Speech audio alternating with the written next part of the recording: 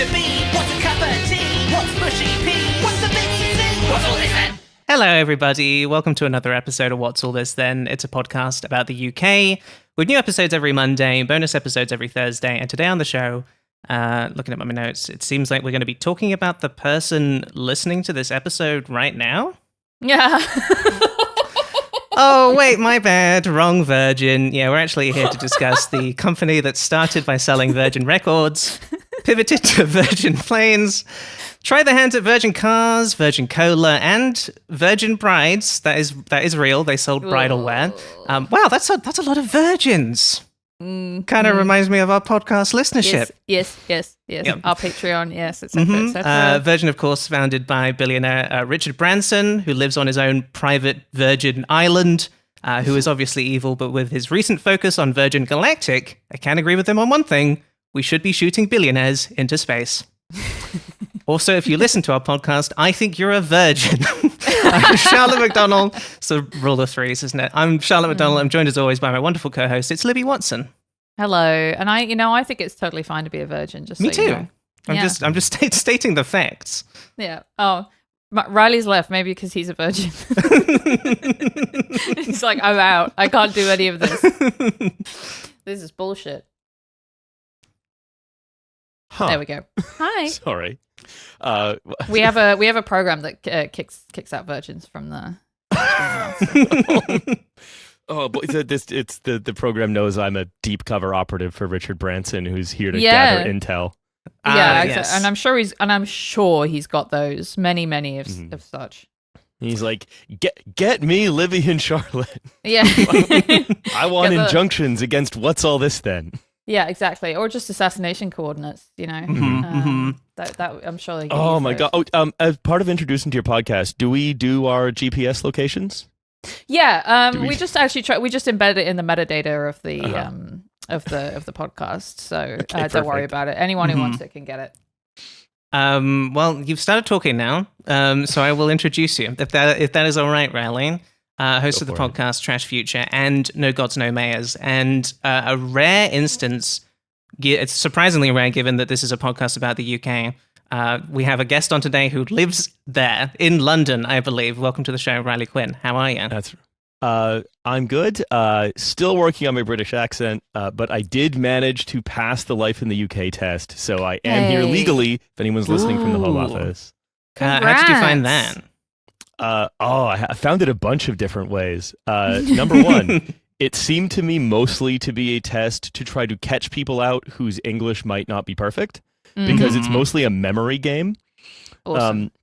Because like some of the questions will be stuff like, sorry, I'm just being like, hey, Richard Branson episode, Life in the UK test episode. No, we did a Patreon episode where we did some version of the Life in the UK test, and we were shit at it. So I'm excited to hear about someone who's actually done the real thing. So the weird thing is, it's a combination of that of like English test, and also it's mostly function as a memory thing, because you have to remember, like, what's the national flower of Wales, or how many people on a jury in Scotland? Oh my God. Tulip 15. And Very good. Well, Thank tulip you. is a good flower, I think, for Wales. Yeah, that is good. That is nice. Yeah. I like that. Mhm. yeah, and then sometimes it'll be like, which of the following is not a British value? And then you'll look, and it will be like, treating people with compassion, driving a car, and you're like, driving a car is the only real fucking British value on this goddamn list. But when I actually went, it did feel as though it's like this is you are feeling like the sharp end of the British state when you're there, because you go to like a test center.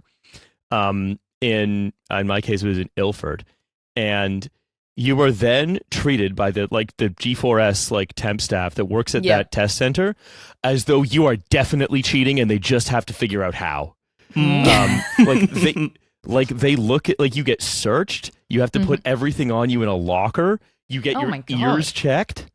Ears? Your ears? Yeah, they look in your Like fucking you're ears. a dog at the vet? Yeah, they look in your ears. Oh my God. Is that because one person at one time hid their notes inside of their ears, and now they're just like, well, I guess we just have to check inside all ears now forever and ever. Yeah, What? you literally go get patted down and look in your ears. Yeah. So if you have a listening device, I suppose. And then you sit down at a beige computer era computer. Oh, okay. Well, and, that's like, nice, isn't it? No talking, eyes forward. And like you're sat in a waiting room before that happens though, and they're like they call you up by number, and you go and you do the test, and I don't know, it takes you like if you've read the book and speak good English, it takes 3 minutes. But it costs £60 every time you want to take it. Oh my god. Yeah. Jesus. So yeah, Well- it was really unpleasant. Sounds dehumanizing for sure. Yeah. Yeah. Hey, Yeah. life in the UK. Yeah. Life in the UK. No, I mean, it is good preparation. That specific attitude that you're describing the staff having is so Heathrow Airport to me. Like, the experience of being at Heathrow Airport and ever interacting with the staff in any way. Specifically, one time I had to use the bathroom and I had, like, you know, a fucking massive suitcase. I think I was moving back to the UK with my big suitcase. And so I couldn't fit it in the tiny fucking cubicle for the toilet. So I just left it outside. And immediately, 2 awful women came in and said, "Oh, somebody's left their suitcase here. Well, we'll have to do something about that." And I was like, "That's mine. That's just mine. It won't fit in the cubicle." And they said, "Well, you have to take it with you anyway. You have to take it with you anyway." And it's just that classic sort of British thing of being so proud of knowing what the rules are, Right. regardless of whether they are good or bad. It's just, well, I know the rules. I know the rules, and I'm going to enforce them. Actually, just I hate it. I hate it so much. Being super against women peeing, apparently. Yeah, no, I mean, look, God forbid a woman piss. It is crazy, and it's crazy to hear that your experience. Look, I mean, I took my American citizenship test under President Joseph Robinette Biden, the guiding light of this country. So maybe things were a little. I'm sure things are much worse now, but it was way nicer than what you're describing. It was just like we had a nice conversation. The officer was very chill. They mostly told us about the drama in their family and how their cousin was marrying someone that the rest of the family didn't approve of. And then eventually they were like, "Oh yeah, okay, so and there's a couple questions. Which side were we on in World War II? And what's Congress? Okay, great, you're a citizen." What's super fucked is like the entire process of becoming a British citizen, which again, you didn't have to do quite so. You did at a very young age directly. Yeah. I had to do it later on and with an administrative process. Is that at every stage they are like, if this is not perfect, you will be deported. We will put you in the jail from super jail. If we think you're cheating on this life in the citizen UK test, we will put you in the jail from super jail. We have all kinds of different ways to fuck with you. And then the people who actually do the citizenship granting ceremony at like Hackney Town Hall, which is where I did mine, like you go in and you're conditioned to be like turbo stressed. Of course. Because they're like, hey, your citizenship ceremony starts here. You have to arrive on time, blah, blah, blah, blah, blah. And you get there, but then it's no longer like Home Office goons like invigilating it. It's just a nice lady who works at the council. And so they're just like, why is everybody so stressed? Yes. You are 100% right. Yes. Yeah. This is just a ceremony. And then the ceremony itself is very cute. No. Like you get taken into a big room, and I don't think they do this for babies. You get taken into like a big like the council chamber in Hackney Town Hall, and then the equivalent of the lieutenant governor. So like the Queen's representative on the council, a man in his late 80s, hobbles in and then gives you an official grant of British citizenship. But mine came just after the Queen had died. And so everything was all about the king, but all of the pictures were still the Queen. Oh. Oh my God. Did anyone accidentally say Queen? And then I think I might have done. We have to start again. Yeah. And so this and then but they were all very like they like made a big to-do of it. It was like 30-40 minutes long. And there's like the little sort of things you technically have to say to give a certificate, but like they were playing like British music in the background. No. But it wasn't just it was like Stormzy and Oasis and the Proclaimers and no, that's but so also nice. this was like, why couldn't the rest of it be like this? But that's when it hits you. The Home Office doesn't say you should play, British music in the background. The Right. Home Office is they're just like this nice lady from the council is like, Yeah. let's just assemble a bunch of British music and That's put really it on nice. so people can be excited about becoming British. It's like, God, and that's again, so like, sweet. but imagine you've done that, and then you're just seeing 50 people white knuckle stressed. Yeah, of course. Absolutely. Yeah, no, Yeah. I completely agree. The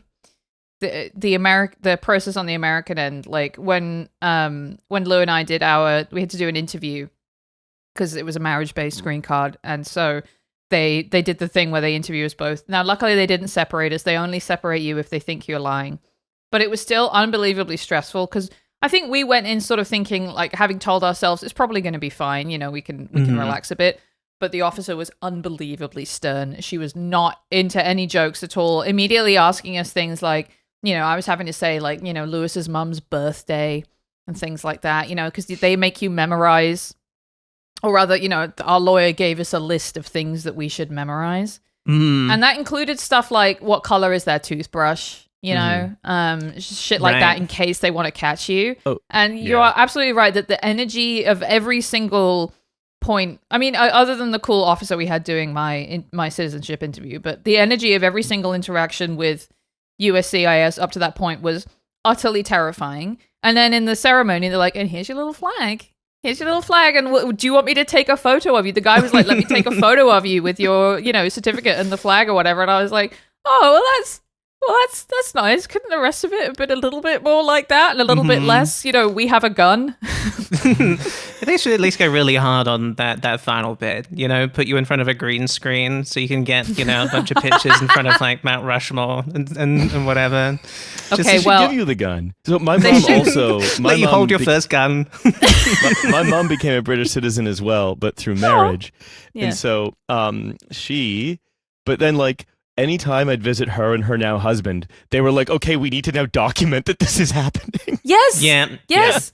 No, that was the scariest part for Lou and me, was like going, because Lou doesn't really like having his picture taken also. And, I respect that about him. And so, up until the point where, we had started doing this process, we didn't have that many photos of us doing stuff together.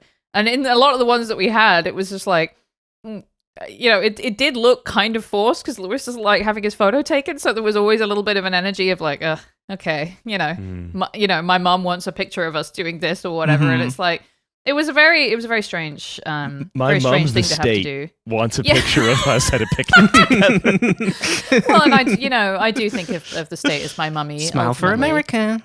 Yeah, exactly. Yeah. Big smile now. Say cheese. Big smile or you're gonna have to move. Yeah, exactly. Yeah, gonna have to go back to bloody England. Okay, so Riley, we do like to ask our guests normally about their relationship with the UK, but I think that's particularly interesting for you as a person who moved there. Usually we have the other way around. We have people who moved That's away. what we is, but Lippy.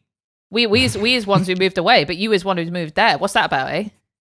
Well, between the three of us, we are -1 net migration, so that should still be fine. The Home Office is cool with that. So long as we're hanging out, the Home Office is fine. Yeah. So They're calm. I went to the UK to go to university. And I did that because I finished my undergrad degree in Canada, and I was I had no idea what to do. Yeah. At all. I had done some internships at big companies throughout my undergrad. Nothing really sort of took. And then a lot of people where I went to undergrad at U of T, were University of Toronto, were just like, well, I'm just going to stay in Wonderland for another year by going and getting the British master's degree. Yes. Oh. The Joke Masters. Yes. The year of fun and games. Yes. And so I went to the London School of Economics. Initially, I then got another degree a few years later after that, in some ways to help with my immigration status. Yeah, absolutely. But yeah. I think what happened is at a formative time in my life, too many good things happened to me that tricked me about what Britain was. Oh, okay. Like, I had a view of Britain from my year there at LSE because I also like lucked into a very great group of British friends who've been living there for a while, and it all felt very, it all felt very sort of magical and so like something you could write in a novel. And I was like, I assume the rest of the time in the country will be like this. This is a fascinating mirror image of my experience the other way. You're absolutely right that I think so much. I have a lot of guilt about sort of having come to maybe the most evil country in the world, except maybe one, and I think I need to just sort of let go of that, because the thing is I was 20 and everything is so cool when you're 20. Yeah. Everything is great. And you could like stay up late and then wake up and things are fine. And like food is good. And it doesn't make you fat, Everything's new. It's Right. fucking brilliant. You're doing more or less everything kind of for the first time, not having to ask your parents. Yep, exactly. yeah. Yeah. You're just hanging out with your friends all the time because that's what uni is. And like, stuff is real, but also like not really real yet. Right. I think with you as well, Libby, I wonder how much of it was like you were really into the idea of America, like watching the West Wing, and then like you're coming to America, and perhaps you're still sort of seeing America through the lens of the media that you've consumed, and sort of haven't quite learnt enough yet about it to be like, it's not gonna 1-to-1 match the sort of media. Yeah. I would say I'm much like Jennifer Aniston in that Obama really fucked me. Sorry. You know about that? Do you know about that? No. That joke rumor? No, there's a I joke do rumor not. that Obama and Jennifer Aniston were having an affair. But it's just a joke, so no one can But- I just sue me for assumed that libel. was real, and that But just I- happened a long time ago, and I just hadn't heard Maybe it about is. it. Maybe That it doesn't is. make any sense because Obama was a gay prostitute who turned tricks in the limo. Oh man.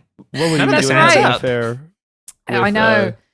Hey, It's probably been all these crazy, wacky conspiracy theories, except, of course, the tales of the guy who was like, Obama used to sell blowjobs in the back of the Yes, presidential limo. God. That one's real. The rest That of them are guy all is crazy conspiracy awesome. theories. Yeah, no, that one is just really fun. You have to love that. You can't hate a fun conspiracy theory. Yeah, no, the blowjob president, but like not the bad one. That's great. Look, the president who knew it's better to give than receive. That's what you Generous want. oral president. Yeah. Oh, and now we're canceling the president for being generous with oral. Okay, great. That makes sense to me. Oh, sorry. We want a selfish lover. You don't Right. want a cunnilinguist in chief, except he Yeah, wouldn't have been exactly. because he was a fillator in chief. Yeah, but we can only thick. assume. But look, it's the 21st century. We're not putting DJ Khaled in there. Anyway, point being, yes, I got all swept up in the 2008 of it all. And by the time were you I like, got here- this is going to keep being good? This is going to keep being good. And even as it became immediately clear that things weren't as good, by that point, the hooks were in, and also I really wanted to leave. So it is what it is. But, Yep. Having said that, now that I've been back to London as a real grown-up, I totally get it and sort of wish I lived there because it fucking rocks. Yeah, it's pretty good. It's a really good one. I came in 2011, the 2008 of the UK. Now, 2011, what was going on? Now, we had the tuition fees. That was when I was at UCLA, was 2011. So I remember Americans asking me about the tuition fees thing, and I had to explain. It's like, well, they want to make it £9,000, and they just sort of looked at me like, okay. And so you're mad because they're lowering it to £9,000, presumably? And I was like, oh, no. No, you don't understand. So that was then. And then, of course... Well, you had the coalition government. Who remembers the coalition government, folks? Oh, who was the Lib Dem? Nick Clegg, right? Nick Clegg, That yes. was the big thing with the who now works for fucking Facebook, I believe. yes. Cool guy. We had the royal wedding. Okay, now that I do remember because I stayed up late to watch it with some American friends because they thought it was funny. And I remember being completely fucking blown away because I was, it was like 3 a.m. or something. And I was like, hold on a sec. That's Big Suze from Peep Show. Am I going insane? But she literally is. She's like actually fucking posh as hell. And she was just at the royal wedding, not because she was Big Suze, but because she was posh. But that was nice. That was a nice thing. Yeah. Yeah. So what is it like now? What's it like? Riley, What's it like in the our UK? home country? Because this is one Yeah. of the things I feel like doing this podcast. Sometimes I'm like, are we really talking about the UK as it is currently, or are we just talking about it as we remember it? You know, because we've been gone for so long. Yes. Everything okay over there? No. Oh, what? Oh, Yeah. Ooh, Oh, that's sad. No. Oh. Every summer now there are race riots. Don't remember those happening when I was growing up. Now, perhaps that was just because I was too busy playing Pokemon. But I want to say it wasn't at least a regular, summer feature. No, they've happened the last couple. Yeah. I think there's because obviously I've lived here for so long, pretty constantly, that it's hard to say, but I will tell you there are a lot more. The American candy stores on Oxford Street have now flipped to be Boy Wizard Don't Sue stores. Oh, really? Yeah. Wow. Tell you that much for free. Okay, that Interesting. really tells you everything you need to know, doesn't it? God Yeah. damn. Well, here's the thing, Charlotte, is that the American candy is just sort of there. I remember when I went home last year, I brought some Reese's for my friends' kids, thinking I'll be a fucking hit. I'll be like, the GI's coming with a Hershey bar, bringing them Reese's cups. And then they were just in the fucking WH Smith's. I was like, they've got fucking Reese's, Come on. I got owned. I just as an aside, I did get a little present from my mum in the mail. She did send me some Percy Pigs. And importantly, because Riley, last time my mum sent me some Percy Pigs in the mail, she sent me the 1/3 reduced sugar variety, which made me really, really sad. And they did not taste great. They were extremely chewy. She has made it up to me though by sending me the regular Percy Pigs at this time, and she sent me an extra big bag. So thank you, Mum. Aw. Well done, Mummy. So What else? I actually, if you want to hear this, I went to visit a friend who's living in Brazil in February for Carnival. Ooh, fun. And he said, please bring me some Coleman's mustard, Branson pickle, and Heinz beans. Yes. Okay, honestly, two of those three have become like a pretty regular part of my diet in the last year. Really, since starting the podcast, because we talked about them on the show, and it made me reconsider. I would never really have thought about eating those things now, but beans are like, I don't know about in Brazil, but in the US, it's like $6 a can to get proper Heinz baked beans. Isn't that insane? Yeah, those are Not supposed to be good. those are supposed to be 50p. Those are 50p. Yeah, exactly. Yeah. I'm supposed Also, to. I'm going up to sorry- them saying, "Excuse me, these are actually 50p. You don't understand." Yeah, I'm sorry you have to hear my accent say 50p as though it makes any sense as well. No, It's like I love it. I love it. I have to think it's keep. great. I have to remember that I can never call someone a wanker because it doesn't fit in my voice. Yeah, I It know, It doesn't make I any know. sense. I've had this problem with like, I've started to want to occasionally say y'all, and I can't because it sounds like y'all. Can never say Nevada properly. There's just certain things that are just never going to. Maryland. Don't. I'm good at saying Maryland properly. You can do it. No, Maryland. hey, here's another change. You come here, you ride the Elizabeth line 1 past Stratford. They're saying Maryland. No, It's gonna screw you right on up. I hate that. I hate that so much. Well, you got the Maryland cookies as well, so it's just a different thing in the UK. Man, those were so shit. Although, are they any worse than Chips Ahoy? I don't think so. But Charlotte, speaking of 50p, I think that's a good segue to our British Thought of the Week, if you'd like to do that. Let's do it. Tea's quite nice. What happened to Noel Edmonds? EastEnders. Bloody raining again.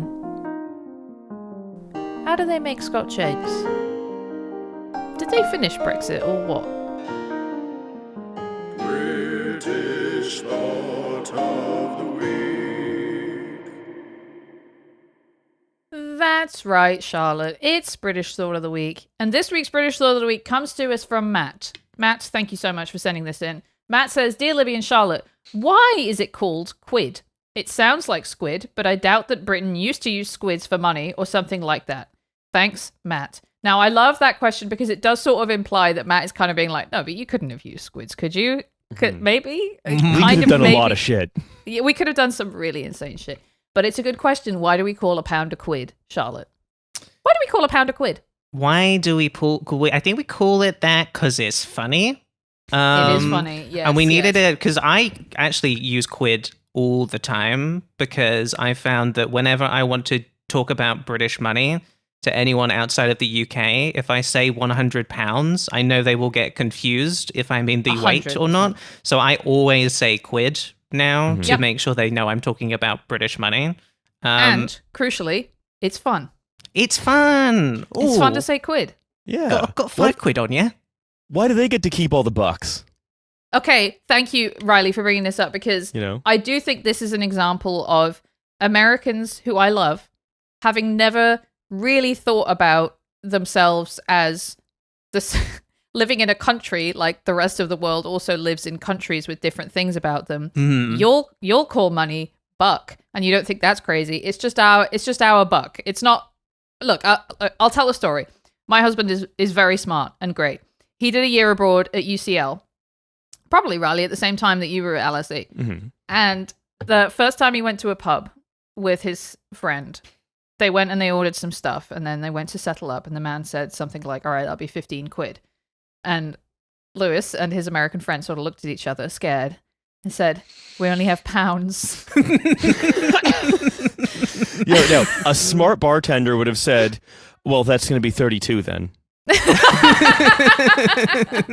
I really hope it made that bartender's week to have these scared little American kids being like, oh, I'm so sorry, we only have pounds, which is not what Lewis sounds like. Anyway, I think it's just such a charming story to me. I think it's wonderful. But I do think it's interesting that it does come up a lot where Americans seem to think that quid might be something even separate from pounds. Like that quid is, I don't know, like maybe a secondary currency, or maybe maybe 1 quid is different from £1, you know? Mm-hmm. Mm-hmm. But it does raise the question, why is it quid? And the answer is, we don't really know. This is one of those. I know. I'm sorry. It's one of those ones. It's like there are dozens of explanations as to why this is that are probably all wrong. Yes, that's exactly right. And that's the etymology classic, isn't it? It's like, well, it's just we don't really know. We do know that I think the earliest recorded example of quid being used to mean pounds is from the 1600s. So it's quite old. There are a few. I thought it would be older. Yeah, I mean, look, here's the thing: is it might be. They might have just not written it down. Mm-hmm. You know. But also, a pound in the 17th century was like, you save up a pound, you can buy a country house. Yes. Right. Yeah, it's true. Right. Yeah, that's true. So maybe I didn't find this in my research, but it would be. Has quid always been one? Has 1 quid always been £1? Ooh, was there a point where they were calling pennies quids? Mm-hmm. Has 1 quid always been £1? Well, okay, can I tell you what I Googled? Trying to Google and talk at the same time. I Googled, has 1 quid always one been one? Has 1 quid always one been one? Is that what you said? Has 1 quid always one been one? Why do you in the cold food and Yes, out exactly. hot food eat it? Were you thinking, she's saying exactly what she meant to say here? Or is it questioning you? Yeah, you know what else, though, is we used to call shillings bobs, and that's what people used way more often. Oh, you're so right. And this is something that we should probably do a whole episode about old money, Charlotte, because it is really funny that like old money is not that old, and it was still, old money was still money when like for example, when my mum was little, they were still using shillings and farthings and stuff, which sounds so made up. It was so annoying. So annoying because I did that one like school day where we went to have sort of an old timey school experience, and at the very end we got to buy a toy, but we had to use the old money in order to do it. And I just remember being like, this is so fucking stupid. It's so confusing, all the denominations and how they work. Right. That's a real we've run out of stuff to teach them, or we can't be asked doing times tables today, so here's some old money. But there are a few like potential theories. I'm not going to spend too long on them because then that's just the etymology pod, and that's not what we are. But One theory is that it's Italian immigrants who used the term scudo, which meant gold and silver coins. You're right, though, that now you've brought up this question of, was a quid always a quid? It doesn't, it sort of doesn't, some of it doesn't make sense because so few people were dealing with quid, you know? Right. Like, so few people were going to the market and handing over 1 quid for a fish and chips, which, of course, you can't do anymore. We've lost Riley again. Riley's really offended by the scudo talk. This keeps happening. Well, we can say... Go ahead. Scudo is Italian slang for a fucker. Scudo is Italian slang for fucker. Okay. No, it's not. No, I'm kidding. It just means a thing. There's a similar one where Irish speakers apparently have the word, and I should have looked up how to pronounce this, but it's spelled C-U-I-D, and I bet it's sort of pronounced a bit like quid. To mean quid? Yeah. Quid. Sorry, I dropped off for a second, but I was going to say is that if you go to the fish store, if you go to like the fishmonger's shop with a quid in 1702, you are buying the shop. You were buying the whole fucking shop, so the whole thing. So it is interesting, though, isn't it, to think about, you know, 1 quid for one squid shop. 1 quid for a squid shop. It's not for a squid; it's for a squid shop. Yeah, exactly. Yeah, a squid would have been like squid pond, you know, a penny or something. The squid pond. Do you think? Oh, Charlotte. Oh my God. I almost said chat. Charlotte thinks squids come from ponds. Can you believe that? Fucking get her out. That's what I think the sea is. It's the squid pond. Yeah. So apparently, the Irish word quid meant like a share or a part of pay. So it's possible that it could, you know, that one kind of makes the most sense to me. You know, my quid, my part of it. But I really wanted to use this as an opportunity to talk about this page from the Guardian Notes and Queries section, which is one of Charlotte's favorites and appears to be disused to the point that it's really hard to even look at the archives. But we have this page. Why do we refer to a pound as a quid? And look, here's the thing. A lot of people think it's from quid pro quo. I don't like that. I don't like that as an explanation. I don't like that either. No, I sort of... Do we know the origins of quid pro quo? I believe it literally sort of translates as what for what, you know, because it's like a thing for a thing. I mean, I guess the origins of the phrase are somewhere along the banks of the Tiber River. Yeah, exactly. Yeah, depending on how far you want to go back, maybe the sort of Pontic-Caspian steppe. We definitely can't ask some fucking Roman bloke, can we? You know, we can't ask the 1600s Italian merchants, and we definitely can't ask those guys. It just doesn't make sense to me. It's like, I think that's just people searching their memory banks for what are other meanings of quid. Well, it's literally, what is the first thing I think of when I think of quid? Exactly. But we've got some other really good responses, and Notes and Queries was sort of something between like a letters page and like a forum, because we have an answer here from Jack Mehoff, which of course, where does his name come from? Sounds German, doesn't it? Jack Mehoff, under the sea, USA, and he says, in ancient Britain, a common form of currency was squid. Over time, the pronunciation changed slightly, which reflects the current spelling quid. So he's having a bit of fun with it on the Notes and Queries page. I see. Jack me off is the joke there, like being jacked off, you know, like wanking, Charlotte. I see. Unfortunately, now I do understand. Yes. I'm sorry. No, that's okay. Hey, so do you want to? I have a really good segue for when we want to get to the main segment.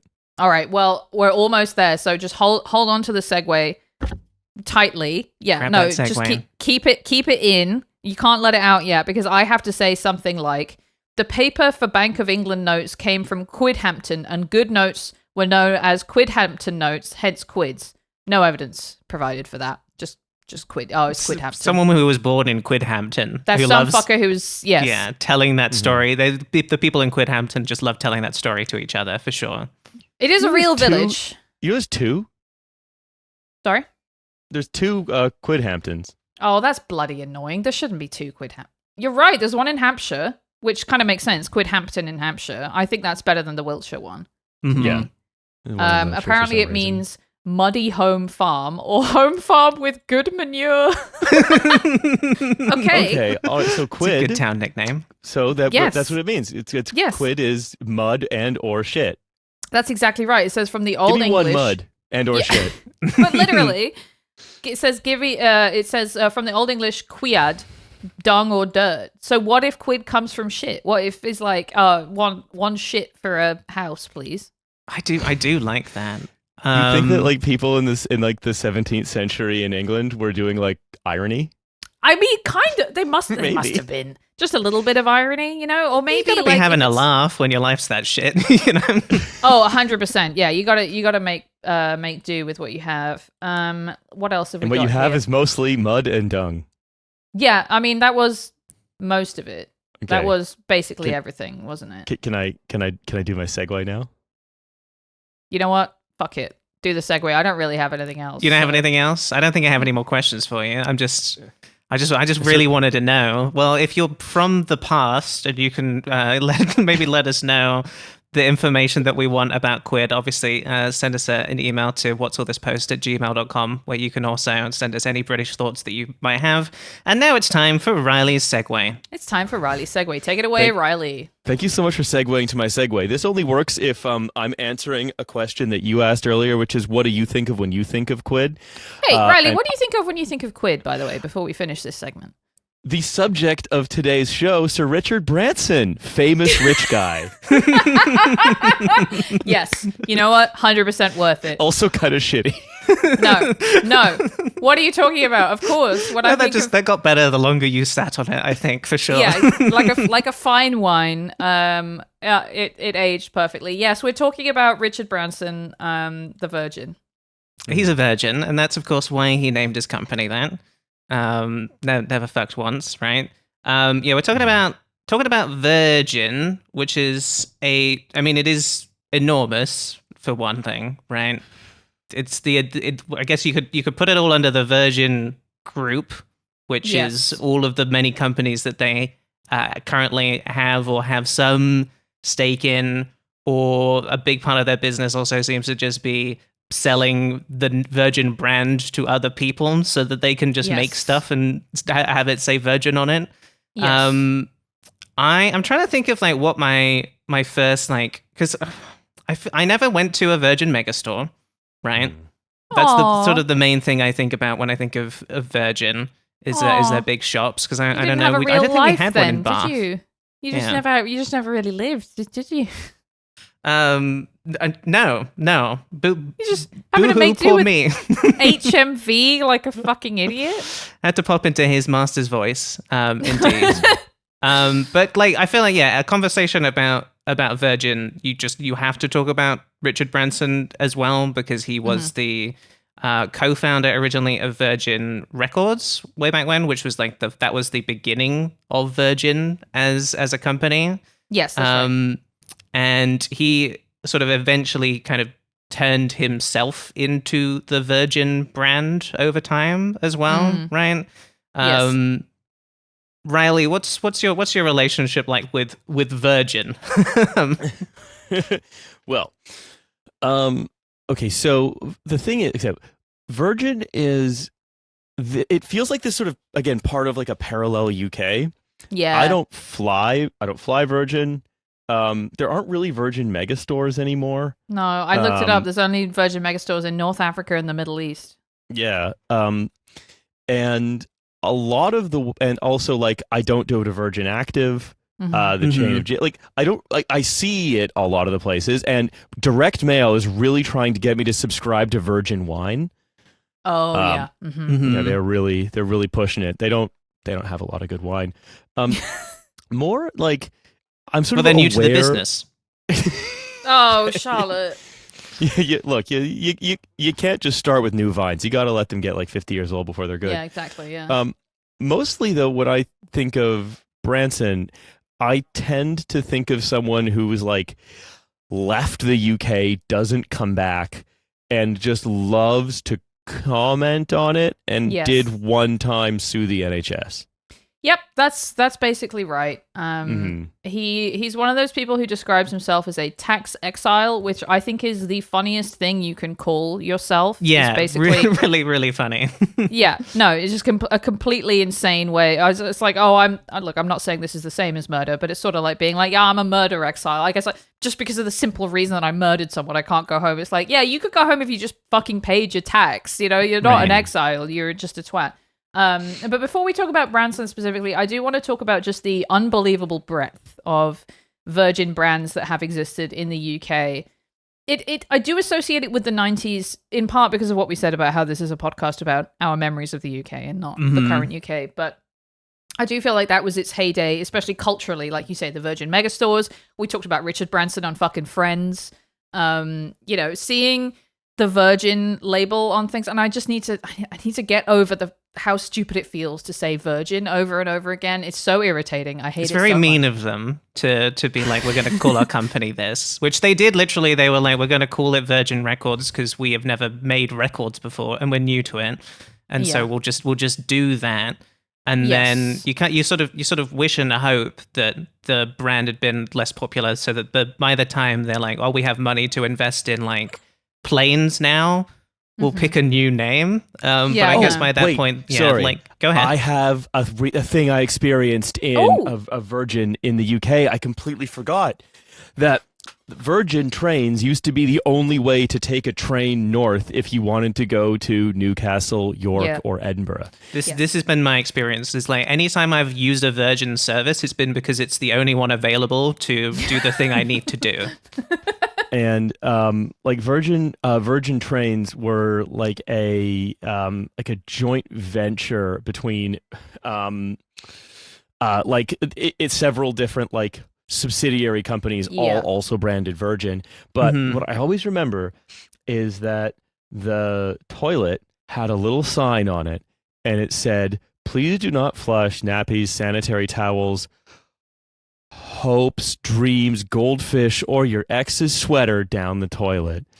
And Riley, I was like, I'm a fuck you, Branson.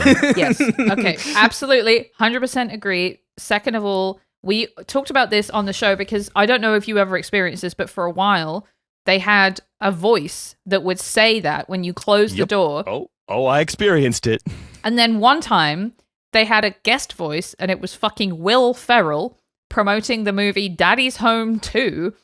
And he said, and he was the one who said all the thing like, "Oh, your ex's old sweaters, by the way. And by the way, go see my movie, Daddy's Home 2. Anyway, I'm your toilet, and I'm ready for your shit. Please poop in my big mouth." Yes, please poop in my big mouth. Just a really insane thing, and so emblematic, I think, of the just complete chugginess of Virgin and the Virgin brand. And you know, it's the innocent smoothies thing of like, I'm a brand, but I'm also your cool friend, you know? Let me tell you something. The broad decline of kooky virginness in the UK is something that mood-wise is very different from when I first moved here. Interesting. Okay, say more. Well, there's a lot less in this country. It seems. I have nothing to back this up. This is purely just a vibe I have felt that there was when I first moved here, there was a lot of, like, I don't know, at W.H. Smith, you could buy, like, a very British problems book, and its page one is, like, when you're out of tea, or whatever. Yes. Shit like that. You know, annoying nonsense for rubes. That whole, and I think that whole aesthetic was very bound up with, it was, like, almost the continuation of, like, the sort of the slick Blairite who runs the advertising branding company in Love Actually. Yes. You know, that kind of guy. It's a continuation from the slickness of him as cutesy and approachable. And it was like that was the last gasp of that kind of thing, and it's gone. The cutesiness is completely gone. Yes, I feel like Picky Bits is the last gasp. It's the last. That's the last thing. Yes. And I think a lot of people find it quite annoying. In a way they might not have done in 2007. I think that's good. I think it's it's bad if what they've replaced it with is just frothing racism and anger. But I agree that I think that is that was something that was so sort of omnipresent. Again, the innocent smoothies is like, I'm a smoothie, and I've got 6 apples in me, and I'm so cute, and I'm wearing a little sweater, and you love me, and I'm talking to you, and it's like, I'm not really like a brand trying to sell you something, because, you know, I'm just like one of your mates, aren't I? And I'm so funny. I'm like the funny one, you know, and it's like, it's a you know, it's a sausage roll or something. Yeah. It's I do really excruciating. associate Virgin with Tony Blair a lot. I think just sort of You're like so right. it is like it feels like it's part of the like Branson at his peak is like everything's gonna get better. The country's like improving, and look at how good we're doing. Look at how this entrepreneur is opening up all of these wonderful businesses, and now you can get flights over to America for cheap and all of this stuff. It's very like hopeful. And they're fun. Yes, They're fun. it's He's fun. fun. Absolutely. Rich guys aren't just like sort of stuffy aristocrats anymore. They're fun. They're just like me and you. They're bumbling. Right? Yeah. I was watching, because I'd never watched an episode of A Diary of a CEO before. But I was like, I'm going to watch the Richard Branson one. And I mean, I definitely have insecurities about my ability to talk fluently. And anytime I could feel like I'm not as good as at that as I would like to be, now I can watch Richard Branson, and I would say, gets through. Like, he gets out one word every like minute. He is like full like Hugh Grant in his trying to talk. Yes. So yeah, but no, I mean he definitely wanted himself to come across as a fun guy and as a adventurous guy as well. I don't know if you guys were looking into much of all of his record attempts. But I was like, Jesus Christ, this guy really almost died so many times. He voiced himself in The Simpsons.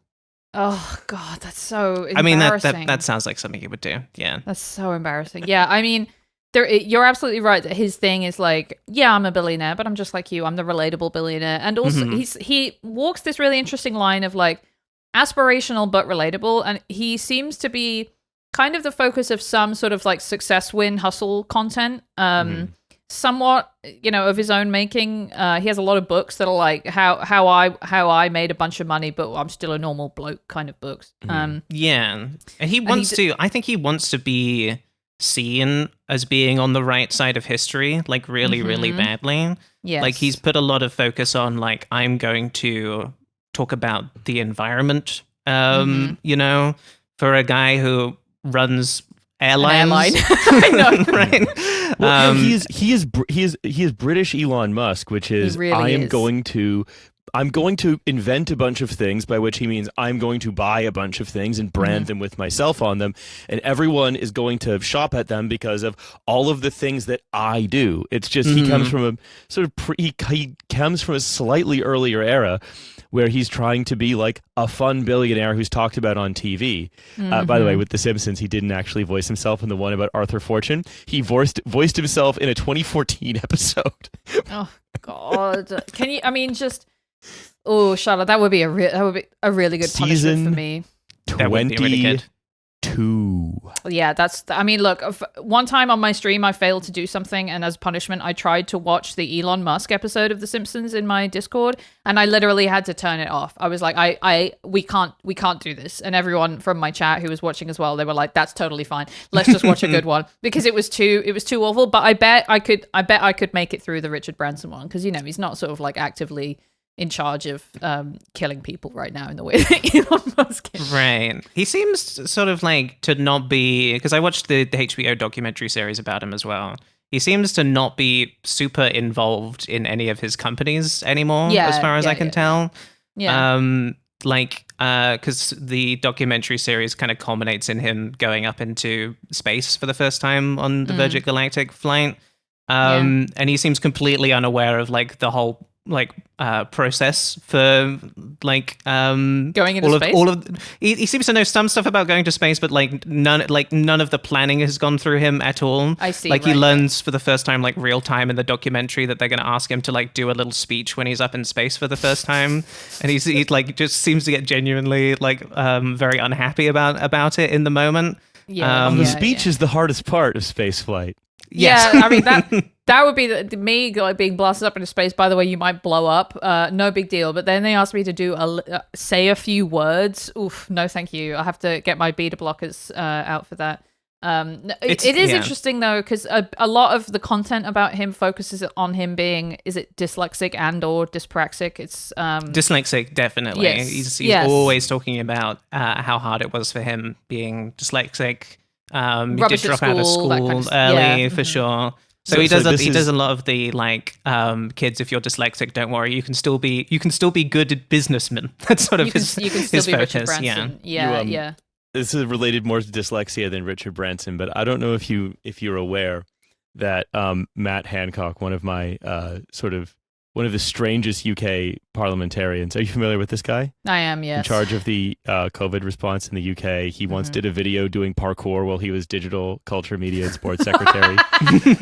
He described parkour as, quote, and this is a quote that memories of my family, no. Most beautiful things I saw. No. What my last memory before I die will be Matt Hancock standing next to a French parkour guy saying parkour is, quote, a great way to learn about your body. Anyway, God, the thick of it was a documentary. That is pure. I call that Britain shit. What an asshole. So he went on I'm a Celebrity, Get Me Out of Here, and he was attempting to, quote, raise awareness of dyslexia. Never spoke about dyslexia even one time. No! Oh my god! He said, "I'm a Celebrity, get me out of here." He didn't win. No, of course he didn't. No, now you mention it, I do remember that. And that is, look, it's a cliche, but that is a little bit Black Mirror, isn't it? You know, the Nan killer, health secretary or whatever, social secretary, going on I'm a Celebrity. I find all that stuff. Obviously just extremely distasteful. The idea of telling children you should want to be like this billionaire guy, at all. But all of that, success, win, hustle stuff, is really vile. And especially because of, you mentioned this before, is Virgin is something you've only used when there's been no other option. Yeah. That is kind of, there's a weird sort of business strategy where, like you say, the big scattershot thing of just sort of almost licensing their brand name or, starting up a lot of little things like Virgin Cola or whatever. It's just really sort of ridiculous. Virgin Brides, as you said, really ridiculous things. But then also being part of the government's public-private partnerships, initiatives. Riley, do you want to talk? You said you wanted to talk a little bit about Branson and the NHS. Oh yeah, so because like you say, they just co-brand tons of stuff, right? Yeah. They have a lot of various investments, right? And one of them was Virgin Care. If people listening to this show don't necessarily know about how the NHS is funded in the UK and how it's structured, it is not quite by local authority, but it's very local. You're going to have a local NHS trust that might cover, part of your local authority and someone else's. In London, there might be multiple trusts per authority, so on and so on and so on. It's basically that a trust can control several hospitals, whatever. It's responsible for delivering not just surgeries, but stuff like mental health care, things like this. Now, Virgin wholly owned a company called Virgin Care, and the idea was that it would sell private capacity into the NHS. And how that would work is, if I go to my GP and I say, well, I need therapy, I need you to send me a slide deck on cognitive behavioral therapy. Please. Just a number of times I've had that exact experience. Paid $70 for it, but yeah. Yeah, so Virgin, they'll say, well, they might have only so much capacity of mental health employees directly employed by the local authority or the trust. And so they'll say, okay, well, the trust is going to contract out to Virgin Care. And Virgin Care, which is spent 10 years part of the NHS from the first 10 years I was here was like the era of Virgin Care. Yes. Is they would then charge the trust for sending me the slide deck. I don't know, £200, whatever, Right. whatever. And so what happened was, but also what you do here is you bid for these services. Like Yes. the NHS put out a tender saying, okay, we need children's services. In this case, it was children's services for like the following commissioning groups, and then you bid for them. Now, Virgin Care believed that it erroneously lost out on some contracts, Right. and then. Again, whether or not they did or didn't is immaterial because we're talking about Richard Branson, the famous guy who's famous for being rich, whose whole thing is I'm the fun rich guy. Yes. Also, I'm a tax exile. has been getting paid, however obliquely, but paid through his sort of his care subsidiary by the state for a long time, and now you become identical with the Virgin brand. You are now suing the NHS, which in 2017, I mean, it's never a popular thing to do, but it was really not popular then because that was right. I mean, that was only 5 years after the pinnacle of Britain, of course, the 2012 opening ceremony. Yeah. The liberal Britain's ultimate triumph, apparently. Yeah. So yeah, this was this is like one thing he did, but in fact, the overall, right, the relationship with the state was hugely extractive. Like he took over £1 billion from the British state through providing crappy services in addition to suing the state. Yeah, it's pretty. It's one of those things that I think Americans tend not to know a lot about how the NHS works. They find it baffling when we say things like it costs £9 for your prescription. Regardless of what the prescription is, and also we think that's bullshit and you shouldn't have to pay for it at all. They're like, what are you fucking talking about? So there is How many squids is that? How many squids is that? Yeah, what do you mean it's 9 quid? Are you fucking insane? You sound insane. You need to go to hospital. So there Virgin is Hospital. Virgin Hospital, please.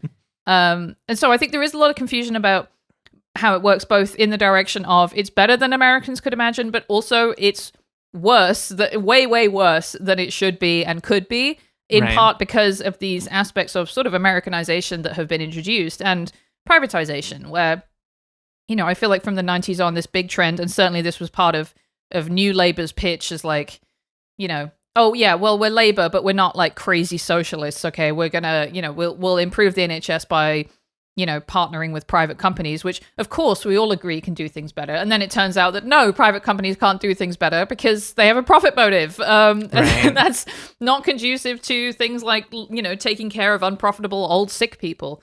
And so, there have been, it's not just Virgin Care, it's many other, private companies that have become enmeshed with the NHS. The theory of the NHS, or the kind of, what it's supposed to be. You go to the doctor is paid by the NHS, directly. It's again, totally unheard of for Americans, where even if someone is on Medicare, the doctor doesn't work for Medicare in the way that in a single payer, single provider system, or allegedly single provider system like the NHS would work. I think it's I'm sure very hard to imagine. But increasingly it doesn't work like that. And you do have these fucking assholes like Virgin Care coming in and saying, yeah, no, we can run this better than the NHS for cheaper. And then it turns out it's a fucking disaster, or it's not cheaper, or both, essentially, is how that ends up working. Yeah, pretty much every time. Yep, pretty much every time. And sometimes, I don't know if I'm right about this, but I think sometimes they were bidding against the local NHS trust for... Really? Yeah, this was the lawsuit. Yes. Was as a result of the NHS preferring to use the NHS. That it created with a couple of local charities. So yeah, and I like that Branson did damage control about it. He published a blog. Yeah. Where he is like, number one, you're wrong for being mad at me. The legal challenge, it wasn't about that. And it's again, For a guy who really understands branding, you do not understand branding. No, he understands Branson. Branson, Branson. Right. yeah. He understands how to promote his stuff, I guess, at this point, which, you know, he's mostly done by, as I was saying before, kind of doing crazy things that put his life at risk. And sort of also sort of trying to portray himself as this, continuously trying to portray himself as someone who's like trying to like, you know, push the envelope, but is also still an underdog. I don't know. Like, I feel part of the reason that I feel like he wanted to get into space in my mind is because it was sort of like a this has never been done before type of thing. And therefore I'm sort of like the little guy versus space, you know, kind of constantly trying to portray himself as like in a David versus Goliath position where I'll never be like, I'm actually the big guy here. I've got to put myself against this like enormous other thing in order for you guys to still see me as like someone who is small and therefore you want to root for me, you know? Yeah, I mean that was how Virgin like Airlines was portrayed. It was like, the big old establishment dinosaurs who you all hate. They're not fun like me. They're all stodgy and stuffed shirts. But hey, I'm a scrappy upstart competing with them. Yes, yes, exactly. Yeah, the ongoing battles with British Airways, including many apparently lawsuits and accusations of dirty tricks. You know, this sort of like fight with British Airways to compete, and then you know, I guess I don't know what their market share is now compared to BA, but I bet it's pretty good. I have to say, I usually do fly Virgin just because it tends to be slightly better and a bit cheaper. But it is, and it as we were saying earlier with the kind of matiness of brands, it is an insulting experience, right? Of being like, ooh, and now you know, put your little sleep mask on and catch a few Z's, and it's just it's how I feel about that. Do you guys think that he bought a Virgin Island just because it had Virgin yes. in it? Yes. Well, he also wanted to be close to one of his good friends. Of course. Well, his yes, friend, he did. Jeffrey, indeed. Yes, Yeah. and shall we just read the quote from the email that he said in an email? This is from the New York Times. In an email on September 11th, that awful day, 2013, Mr. Branson, founder of the Virgin Group, He said, "Happy September 11th." He said, "Happy September 11th. What are you doing to celebrate?" I'll be doing my normal bowling. Wrote to Mr. Epstein. It was really. I'm going to be doing my normal bowling. I only tend to get perfect games on that day. Oh, God. He said, "It was really nice seeing you yesterday." He added, "Anytime you're in the area, would love to see you as long as you bring your harem." What could that mean? Whatever could that mean? Whatever could that mean? It must be meaning something in regards to very adult women. We have to assume. Yeah. And the other thing he did was... he did, of course, clarify. He was like, no, I meant his adult assistants. His who adult I call female his harem. assistants. No, I know. Well, in the same email, it says Mr. Branson also suggested that Mr. Gates would be willing to vouch for Mr. Epstein, who in 2008 had pleaded guilty. So this is 5 years after he'd pleaded guilty to soliciting prostitution from a minor. He said, "I think if Bill Gates was willing to say that you've been a brilliant advisor to him, that you slipped up many years ago by sleeping with a 17-and-a-half-year-old woman and were punished for it, that you've more than learned your lesson and have done nothing that's against the law since. And yes, as a single man, you seem to have a penchant for women, but there's nothing wrong with that," is what Richard Branson said to Jeffrey Epstein, the world's most evil pedophile. But you gotta stick with your fellow island community members, you know? He's an island boy. Look, what can we say? Exactly. They walked so the island boys could run. I think. Oh. Yeah, I mean, when you're sending that email to Jeffrey Epstein, Yeah. you must be like, "Oh boy, I sure am glad that the lid is well and truly shut on this sort of global pedophile conspiracy." Yeah, exactly. Yeah. Well, an email I'm sure won't be read back to me in court in 10 years. Yeah, exactly. Would you like to guess the celebrity who recently got married on Richard Branson's island, if you don't know who it is? This was in the last 10 days. I do not know. All I know is in the documentary that I was watching, there was a lightning strike on his island, and there's a photo of Kate Winslet with Richard Branson's mum picking her up and rescuing her out of the home that was on fire. All right. So well, yeah.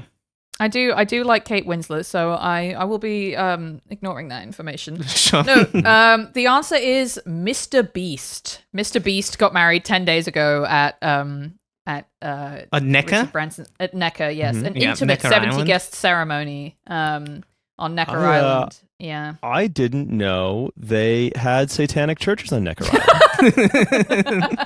I mean, he's literally called Mr. Beast. You know, the signs were all there. It is funny, like this sort of like, the people who go to party at Necker Island kind of thing. I have this image of what that's like, which is a richer version of like. So I grew up next to a pub in the village, right? And Brag. really no, Must be nice. Horrible Oh, sorry. pub. You grew up next to a pub. Mhm. I grew up next to a ditch that people threw up in. You're so posh. Oh, you had a ditch for the throw up, did you? Must be nice. Oh, really nice. See, now this is someone who's passed the life in the UK test. I gotta do this.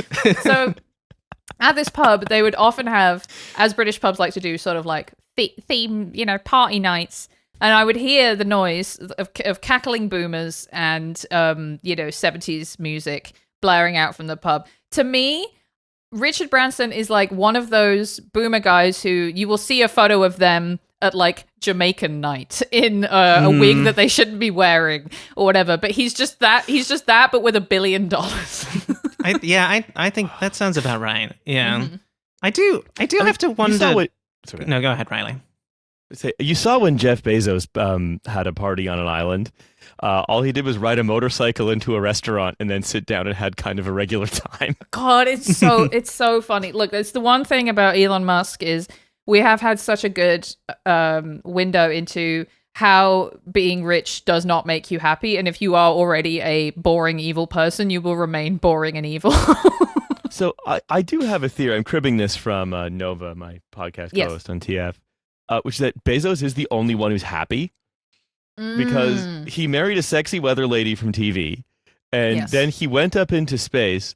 And when he came down from space, he did something I understand, which is, Captain Kirk was sitting there being like, I've seen the majesty of the William Shatner, like, I've seen the majesty of Earth, whatever.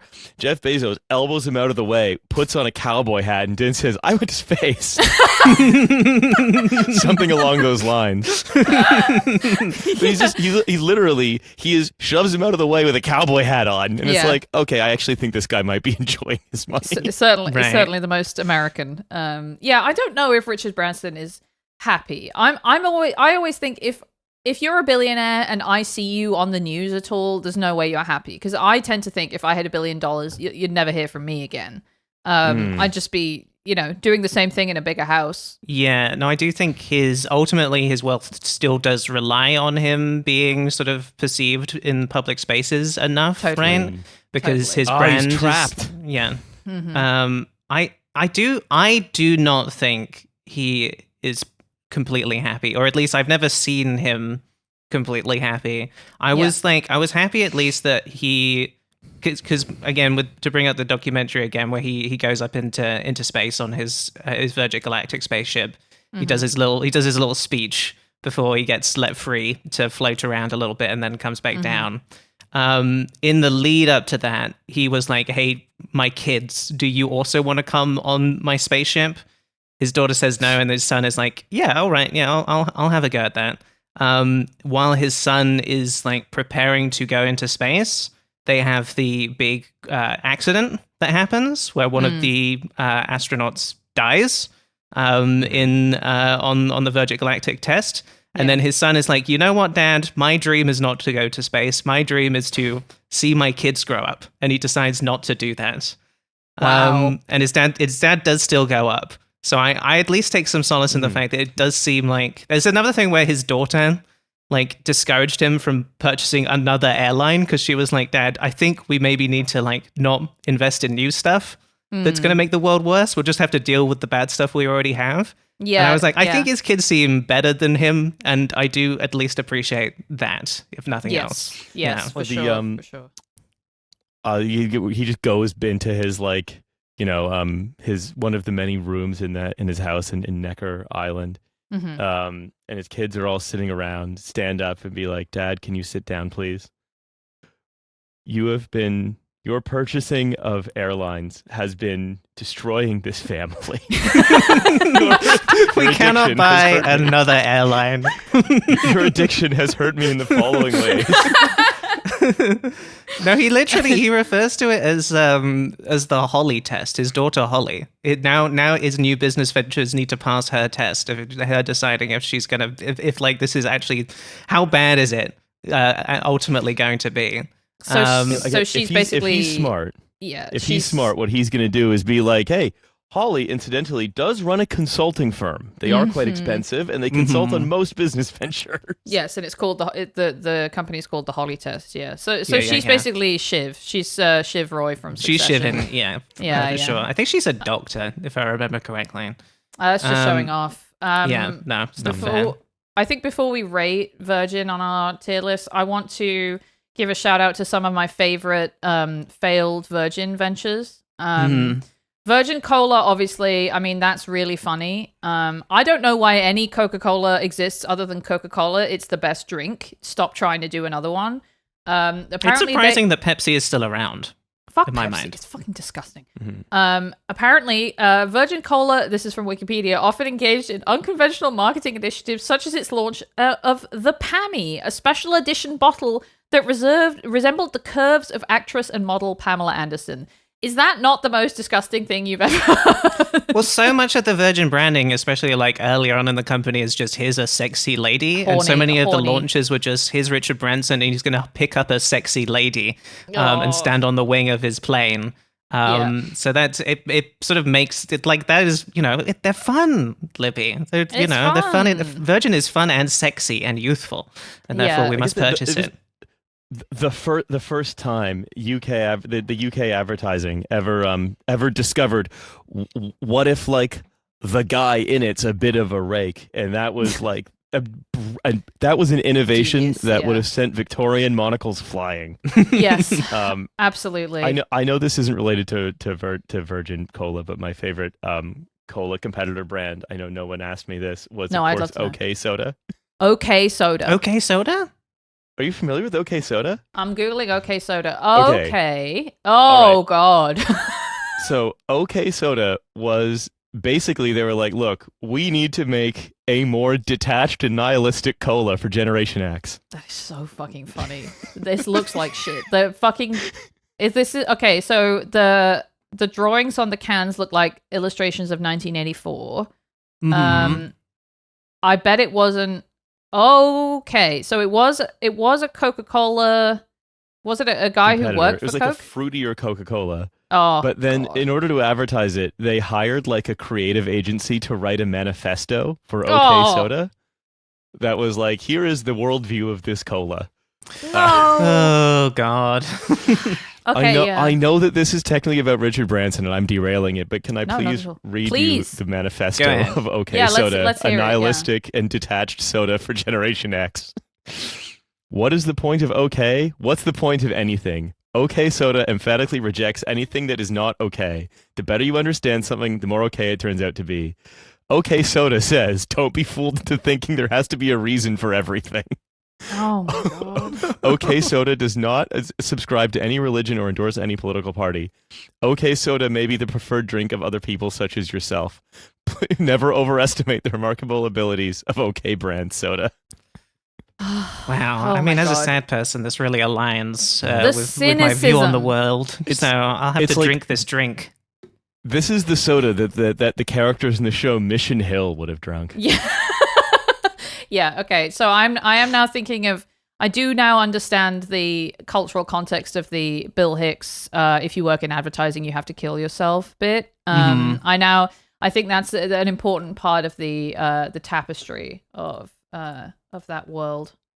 They did, of course, they did Virgin Vodka too. So they had to go at that, of course. They did have a social media platform as well.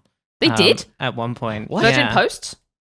what was it? It was Virgin Student. It really was their sort of like version of Facebook. Yeah, and you Oh could my sign up God. to Virgin Student and look at your VMates on there. My VMates, yeah. Of Your course, your wow. VMates on VMates. Virgin Student. Yeah, exactly. Yeah, Yeah. I'm just Hey, sad.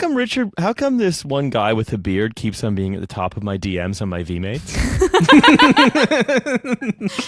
Oh my God. My mate has got a He's- great island. All right, Yeah. shall we rank Virgin on our British supermarket themed tier list system? Let's do it, and let me get the image for you right now, Charlotte. All right, so Make sure it's the right one. pick because we're coming out of America month, so don't pick the one with the American supermarkets. course. It's time to rank it on our supermarket themed tier list, with S being Waitrose tier, A is Marks and Spencer, B is Sainsbury's, C is Tesco, D is Morrison's, E is Asda, and F is Iceland. Libby, we'll start with you as always. Where are you going to put Virgin? The whole gosh darn thing. Okay, so I'm ranking Virgin. I'm not ranking Richard Branson. I'm ranking Virgin. I will put Virgin. I do feel in- like it is difficult to separate them, though, right? Yeah, sure. Yeah, I don't think we're going to do a whole separate Richard Branson episode. No. I'm gonna say I'm gonna put it in Asda, and only not in Iceland because I would be a hypocrite if I continue to fly Virgin Atlantic when I go back to the UK, which is probably what I'll do. So I'm putting it in Asda tier. I think when I am in a situation where I need to use a Virgin product or service, it is usually serviceable. Yeah. So that's for that same reason. I think I would put it in Asda as well. So not all the way down at the bottom. Right. It is annoying to me. For sure. Sure, But yeah. it feels like a necessary evil, this one, simply because it is so prevalent. So, Yeah. shout out to Richard Branson for building such a big Hey. company that I have to use it sometimes. Richard, thanks for all the good stuff. Yeah. Riley, where are you going to place Virgin? See, I had the same idea as all of you, but to me that translates to Morrison's. Interesting. Okay. That Love that. your same diagnosis, which is it's everywhere, I have to use it. There are things that are a lot worse, but I'm mostly angry at its existence in a larger sense. Yeah. And also I find it to be personally annoying. That's right. And I'll say this. At least it's funny. It is pretty know? funny. There's Not no not doubt in the about way that they think it is. I'm not chortling at the Virgin trains. Don't put your extra sweaters in me. I'm a toilet thing. It's funny to laugh at. Yeah, I think that's about the right diagnosis. I think that's isn't about it? right as well. Yeah. Yeah. Before we move into the game, I do just want to. I'm just looking through my notes, and I want to bring up one thing that in the Diary of a CEO interview, when he's talking about Virgin Atlantic, he would not stop using she/her pronouns for the company Virgin Atlantic, and it really made me feel so mad.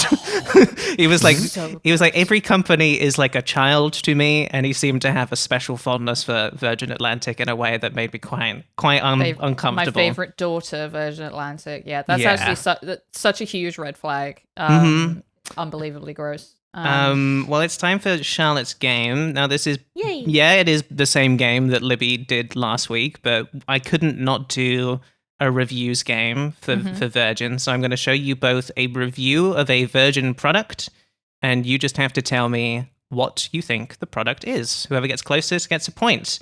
So we're starting with this review, which is 2 stars. I ended up depressed with my life. I learned a lot from this guy, though. Okay. Libby, let's start with you. What do you think this Virgin product is? I'm going to say that this is. I don't know if I have to be specific with the title, but I think this is one of Richard Branson's many books about himself and his business and what a business genius he is. Okay. Riley, any guesses? I'm going to go one step further. I'm going to say this is Finding My Virginity. This is indeed Richard Branson's book, Losing My Virginity. Sorry, I forgot. He has 2 books, Finding and Losing My Virginity. Losing is the one that comes up top. He's also combined both books into an audiobook recently, so you can purchase Richard Branson's Finding and Losing My Virginity. Look at that fucking photo of him. That is him on the... Oh, and I do have, for the video enjoyers, Necker Island is indeed in the background here. Looks lovely. So that's 1 point to Riley. Okay, next up we have this review from Robert, who says 1 star. Duped into signing up for a £30 per month subscription when I thought I was getting something for free. When will I learn? Unprompted review as well. This is an unprompted review. Nobody That asked tag Robert is to so do this. good. Oh my god. Riley, what do you think this is? What Virgin product is this? I am actually 95% sure I know exactly what this is, which is Virgin Wines. Libby, Okay, any guesses? I was going to say Virgin Wines too, but to make it interesting, I'm going to say it's some other kind of Virgin. Okay, I'm going to say it's the Virgin. You know, like those like CD clubs you join in the 90s where they send you a CD every month. I'm going to say it's Virgin CDs. How's that? Virgin CDs. I don't think Virgin CDs existed, but of course Virgin did start by mailing records. So a little throwback, but that is indeed Virgin Wines. That's another point to Riley. Yeah, it is, and guess what? Virgin Wines. So I was living with my ex-partner's family during COVID. Mm-hmm. We got a flyer for it, and because I don't know if this happened in the US, but in the UK, COVID struck and everyone started obeying airport rules. Yeah. Mm-hmm. And so like there was a lot more wine being consumed. Yes. And you're like, oh, Virgin Wines, we'll sign up for that. Awful. Every single bottle, terrible. Yeah. That does kind of track. Yeah, and there are a lot of reviews that mention how bad the wines are that I could not include for the purposes of the game. Okay, next up we have a 2-star review here from Jay Elliott. Disappointed. I bought this as a birthday present for my grandson's 3rd birthday, but when he opened it, the magnetic balls do not work. Can't return it as a window now closed. Am not impressed. Impressed. Am not impressed. Libby, what do you think this is? This is tough. What would have magnetic balls in it? Like some kind of toy. I mean, it's the 3rd birthday present as well. But what would be a Virgin toy? Magnetic balls. Is it okay? Like what's his name? Wooly Willy, the face, the guy with the face. And you what?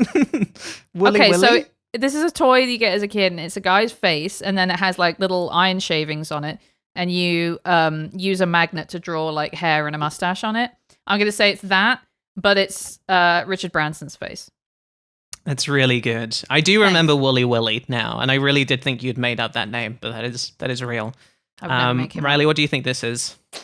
I think he bought that child a Virgin train, and the child was like, "It's like I can't buy this train. I think we can't drive a train." Do you remember how exciting a plane? Remember A how plane. exciting It was a Virgin plane. the Virgin Pendolino was? Because it leaned. Oh yeah, no. I remember getting on the Pendolino. I used to, when I would go up to Edinburgh for the festival, I'd be like, "All right, time to Pendolino my way up." No, I'm gonna say final answer. He bought him a Boeing Dreamliner.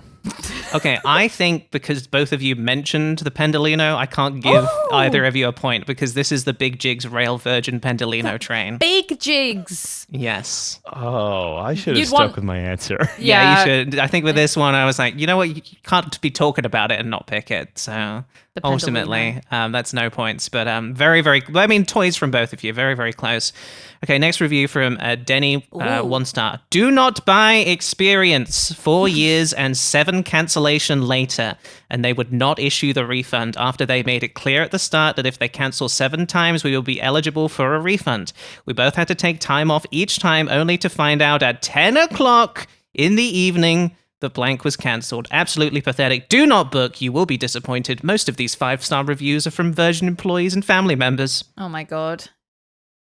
Riley, I think you're up next. What is this?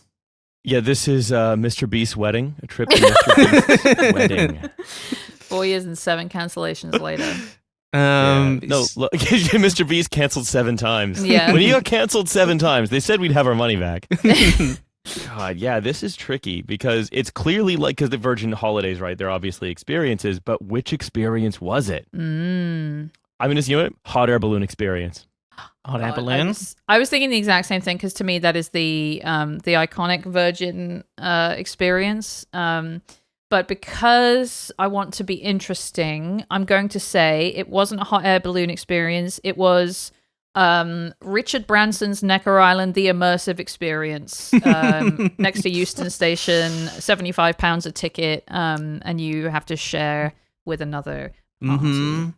Yeah, the VR experience where you get to see, all of the various animals on Necker Island, just unparalleled. Now it's Virgin Balloons, it's Virgin Balloon flights. Riley is fucking cleaning up today. I am the ultimate virgin of this show. You are. I'm crowning you top virgin. Yeah. Actually, well, whoever wins this gets the title of top virgin. Okay. So, yeah, we'll see how this goes. Okay. Here's another review. 3 stars, completed on PlayStation again. The one that started it all, a revolutionary game for the PS1, might feel outdated due to tank controls, fixed camera angles, low poly graphics, but still a great game. Story might be a tad weak, but the gameplay makes up for it. Now, what Virgin product is this? Libby? There's no way that... Okay, so tank controls makes me think it's Resident Evil. There's no way that Resident Evil was a Virgin game, but I'm going to say it anyway because it's the only one I can think of. It was on PS1, tank controls, fixed camera angles. I'm saying it's Resident Evil. Riley? I know, sorry to throw a gaming one at you. It's from 2026. Crusader Kings 3. This is Resident Evil, which was published by Virgin Interactive in Europe. Oh my God, Richard! Thank you so much for bringing Thank you, us Resident Richard, Evil. for Resident Evil. I saw also that they published Earthworm Jim, which is also a banging game. So maybe Morrison's was right actually. Yes. Let's move on to the next one. Okay, 3 stars. Should be called a 420. Weed, and more weed throughout. It smelled everywhere. People openly vaping at pool and shows. No enforcement whatsoever. Even after I reported and took pictures. Rap music about 70% of the time. Club and entertainers not close to mainstream. Very disappointed. It ruined the trip. Ooh. Now, what is this, Riley? Mr. Beast's wedding. Weed everywhere. Love rap music 70% of the time at Mr. Yes. Beast's wedding. Oh, I bet there was. Oh, Probably. rap music 70% of the time. Does Mr. Beast smoke weed? I actually don't know. Oh, imagine if Mr. How Beast about- smoked weed, he'd be like, I gave all of these freaking people the munchies, and if they don't eat this chips, it's $10,000. They get $10,000. But I gave them a bag of Doritos, and they want to eat it because they got munchies. But about also that? they're buried Or underground, what about- right? Or Mr. Beast just gets all of Reefer Madness and it's just like, I microwaved 10,000 babies. Okay, but that is probably... Don't give him ideas. So it's probably on the next Beast game. All right, what is this? Casino?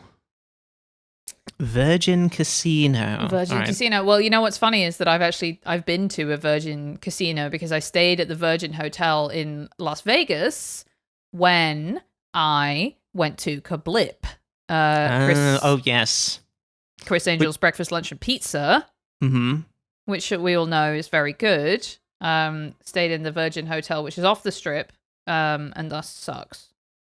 And I will admit now as well that your joke that you made in your Kablip article, Libby, where you stayed in a Virgin Hotel and said brackets your hotel. I mean, I just nicked that for the intro today. It's an obvious joke. It's a classic, but no, yeah. The Virgin Hotel in Vegas fucking sucks. It's any one of the, apparently according to Vegas heads, like any one of the like off the strip ones is going to have this kind of like empty, depressing atmosphere, but it really did. The room was nice, but the casino floor just so depressing. Anyway, I think it says sail date. I'm going to say this is a Virgin cruise. Oh, I didn't even that's see so sail date smart. there. Yeah, this is indeed. Okay, this floating is, casino. I'm saying floating casino. Yeah, this one is going Probably to has Libby. one. This is a 6-night New York to Bermuda and back Virgin Voyages cruise, which is one of their newer things, honestly. Patreon goal, Charlotte. We get to 1,000 patrons, and we do a live episode on a Virgin Voyages. I mean, as a non-weed head, I hate to say that I would write that review, but I probably would be thinking this is maybe too much weed for me. Yes. All right. Rap music 70% of the time. I can't stand the thing. Okay, last one? No, second to last one. Okay, this is 3.5 stars and a like as well. This is me when they took Wallace and Gromit off Netflix. Okay, it's watched by. It's what? Yeah. Okay. So this is a movie. This is a letterbox review. Yeah. Is this me? Yeah, this is Libby. Yes, me. Yeah, okay. What movie would be a Virgin movie? This is me when they took Wallace and Gromit off Netflix. Well, it's not going to be... It couldn't be the Richard Branson documentary, could it? But what else would be a Virgin movie? The Virgin... the Virgin Sad. Yeah. Boondock Saints?